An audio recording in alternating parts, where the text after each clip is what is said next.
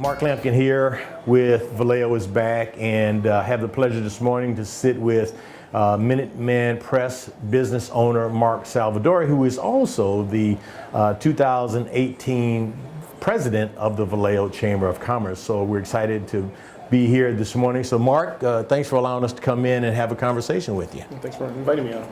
So tell me a little bit about Minuteman Press, how long you've been here serving Vallejo. We've been in Vallejo for almost 27 years. I've actually been at this site on Tennessee Street for about 12 years. Where were you before Tennessee Street? Two places. We started out on Georgia Street for 10 years and we moved on to Maryland for 5 years. Okay, good. So tell me, I mean, you know, we've all got printers at home now, a lot of us. So how has technology and the ability to even do 3D printing, how has that changed what you do with a traditional printing company? With the invent of the color copiers, making them more economical, it's changed our industry quite a bit. We do a lot of work on them nowadays compared to a 1 or 2 color press like we used to do in the past. But it's changed our industry quite a bit. Okay, so give me an idea if someone needs something that's going to be 1,000 pieces. Is that something you do, and what kind of turnaround is that? Yeah, 1,000 pieces. We do that in-house.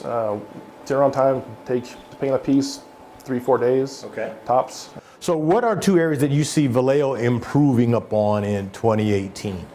Well, the things I see Vallejo improving on are more business coming into town. There's supposedly $500 million in business coming to town over the next year. That's looking at new areas in Vallejo, and so hopefully that will help stimulate more business coming to town past that. So that won't mean just all hamburger joints though, right? Because everybody's excited about In-N-Out and all this. So we're talking about businesses that are going to allow people to have living wages, earning wages for a family? That's the hope, yeah. There's more than just the fast food restaurants. I mean, there's talk about the North Island development, the Cook property out by Target.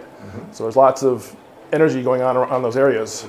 How do you see the Chamber of Commerce really helping the city and the city helping the Chamber to now attract new businesses and work with current businesses?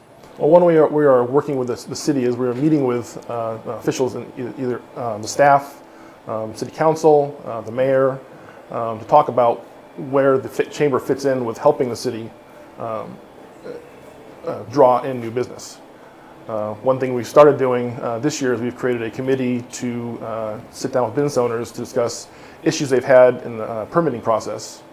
And through that, hopefully we can help bring ideas back to the city with things that can change to hopefully make it easier for businesses coming into town. We want to be able to have and attract businesses here that can employ 20, 40, 100 people, because you think about where Vallejo sits geographically, really in the middle between San Francisco, a metropolis like that, and the state capital of Sacramento. So we obviously are a place that should be very attractive to larger businesses. Right. Yeah. We have so much. Like you said, we're central to a lot of areas. We have a lot of options for transit. I mean, we have the ferry coming out of Vallejo. We're not too far from BART. We have a bus that drives people right to BART. If you want to take that. Right off of Highway 80. So Highway 80. We have 37. Right. So there's lots of access to all over the place, and so hopefully that would help bring people into Vallejo.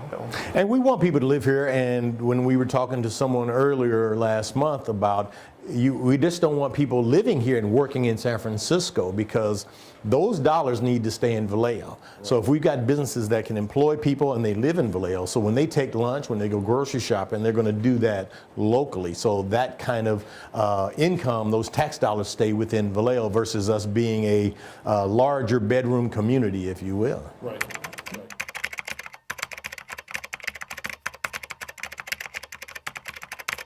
Several things in the works that we're trying to do.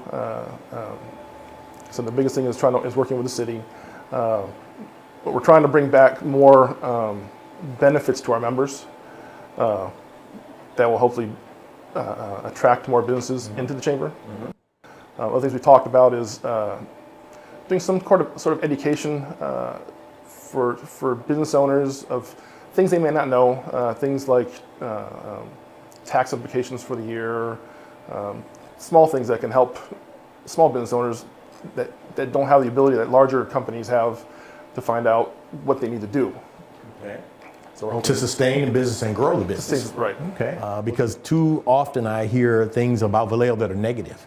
And I'm like, this is a great community. I've been here 5 years, made some great friends, connected with a lot of business owners here who want to be a part of the growth and the, I think, resurgence of Vallejo. So that's what we're looking to do here with Vallejo's Back and connecting with you all at the Chamber of Commerce as well. So with that in mind, you have any closing comments you'd like to share? Well, it's funny, earlier on you mentioned about the potential, and we always hear people talk about for Vallejo, and I'm hoping with the things that are going on now, that potential is going to get realized. And hopefully that pushes us forward in the future so that Vallejo can be what we all think it can be. That's right. We all know it can be. That's right. That's right. Well, good. Well, Mark, I appreciate your time. Thank you so much. We appreciate your being a part of not only the chamber, but also a long-standing business here in Vallejo. That's important because when business thrives and continues to be a part of a community, that shows the ability to grow and have, I think, stability in a community as well. So thank you for that as well. Thank you.